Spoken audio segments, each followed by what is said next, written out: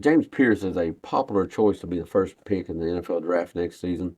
He's among the early leaders for the Bronco Nagurski Award, and with another year like he had this year, he'd be a popular choice, possibly be high in that list of all-time UT great defensive ends. Mhm. You know, but the thing is this hype real or is it just that hype?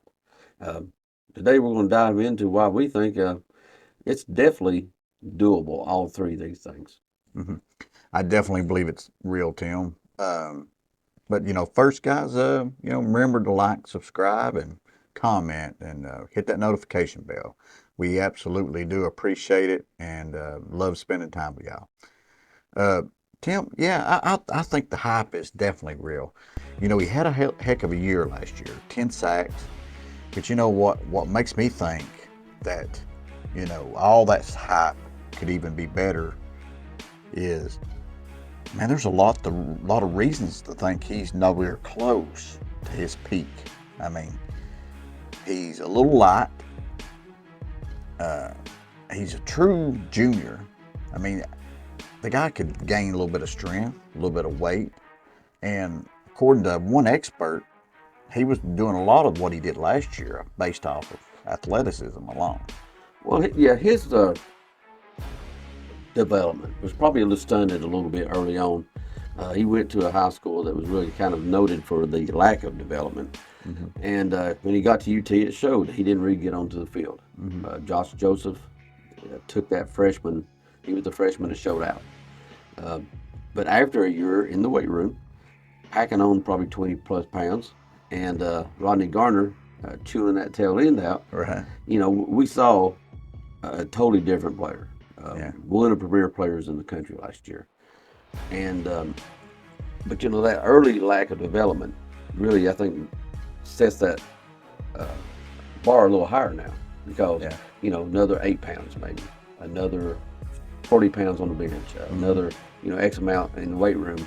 We see some pretty big strides in the weight room, and mostly technique. Against he was could be had in the run game last Mm-hmm. year.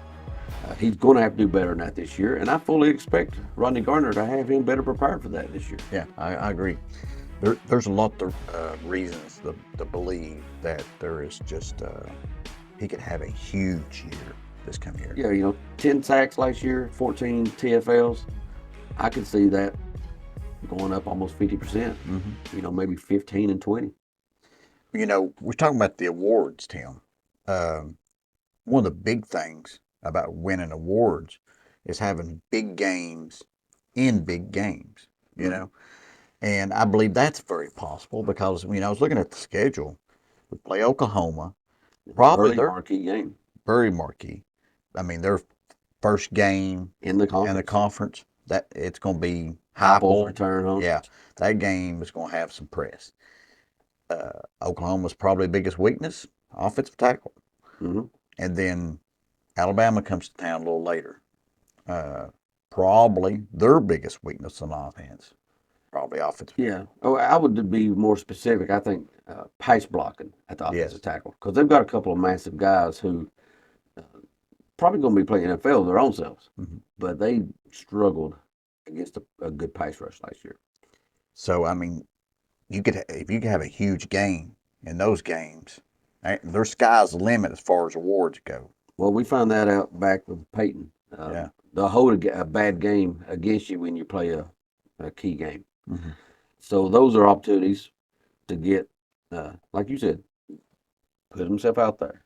Um, I think something else that I think is worth mentioning, Bob, was last year we went almost an entire year, it seemed like, without the other team getting called for a single live action penalty, which is unheard of. Yeah. If they hold you, your your numbers are not going to be there. But Yeah. when you get that marquee name, the Michael Jordan rules kind of go into effect, and you get calls because referees don't want. They know the camera's going to be on you, and if you continually getting held and they're not never calling it, Yeah. it comes back on them. There's absolutely something to that. I mean, the fact that he's getting all this early press will mean the camera's going to be on him a lot more, and the refs realize that. I mean, he will get some holds. Um, holding calls against on him. him. Yeah. You know, another good thing, Bob, I think you mentioned to me the other day, and just to let you talk about it a little bit, is I think we're going to have a better pass rush along that defensive line. It's going to be, well, I'll just let you talk about that. Yeah, I mean, for one, back in the day, you had Derek Barnett here, very good defensive end, very Great good. defense, man.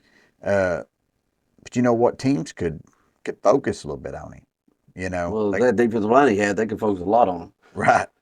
He was I, the man on it. I don't think they can do that with Pearce as much. I mean, I'm sure they'll try to have a running back chip him out of the backfield and stuff Definitely. like that. But uh, they're going to struggle. I mean, we got a very good defensive line. We got a very good defensive end on the other end. Whoever it is going to be starting.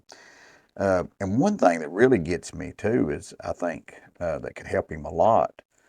There's a lot of buzz about Bryson Eason, that defensive tackle. You've always heard, hey, this guy's got a load of talent.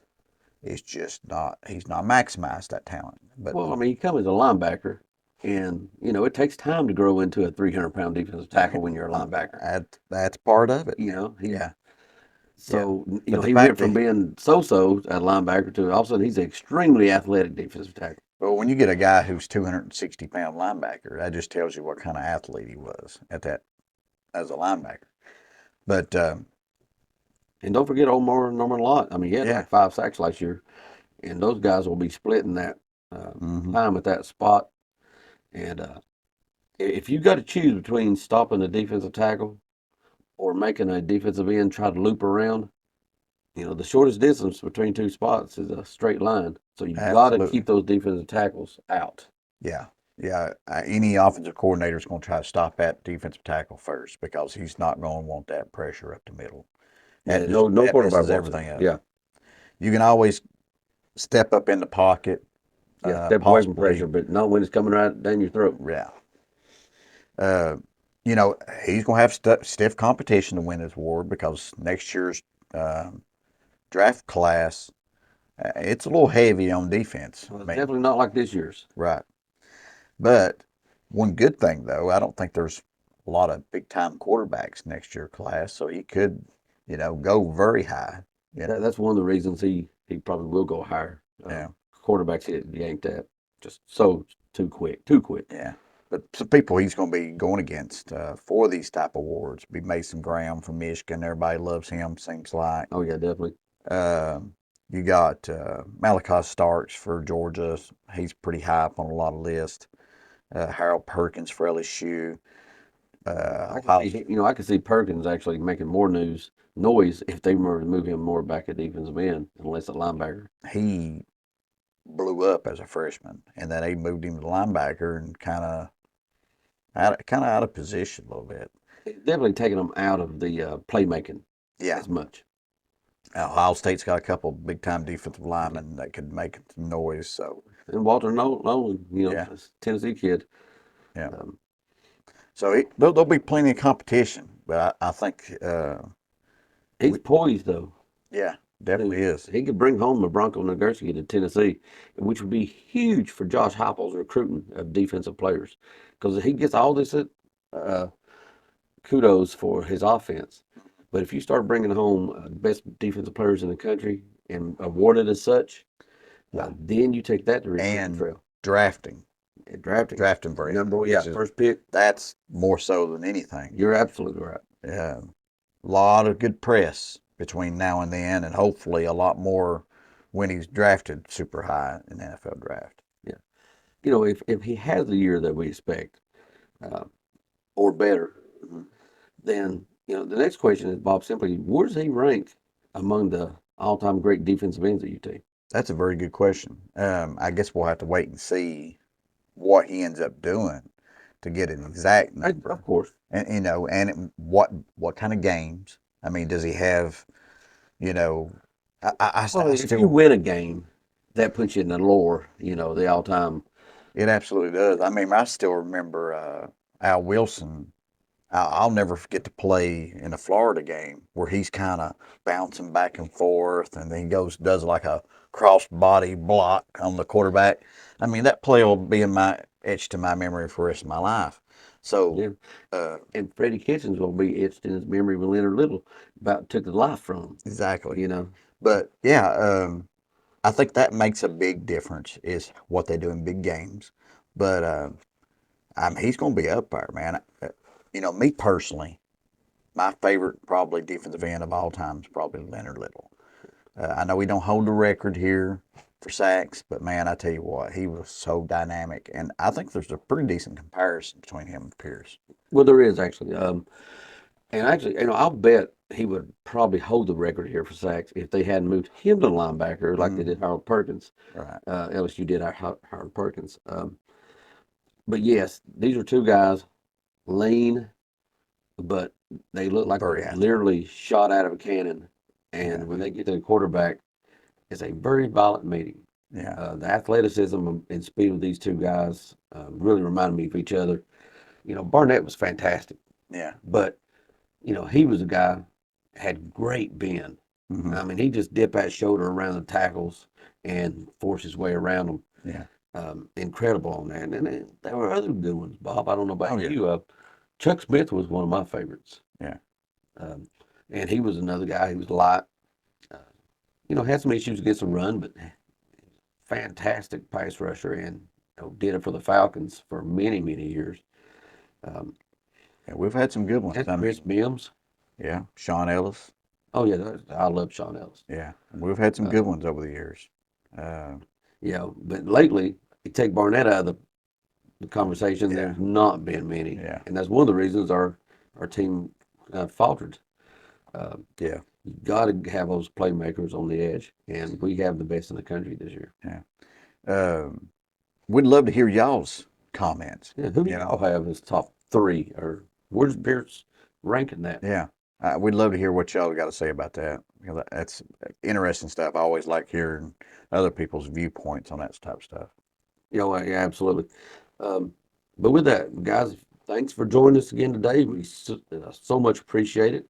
You've been doing a lot of other things, but you spent it with us, and we thank you. Don't forget if you're not subscribed, hit that subscription button. Hit that notification bell because they go together. One without the other. I don't know why YouTube does it the way they do it, Bob. Yeah. But leave us those comments, and if you enjoyed the video today, give us a like. It really helps the Yeah. listen to me, YouTube. You too. Yeah, the YouTube algorithms out that help this channel out. Yeah. So until the next time, guys, go Big Orange. That's right. Go Vols.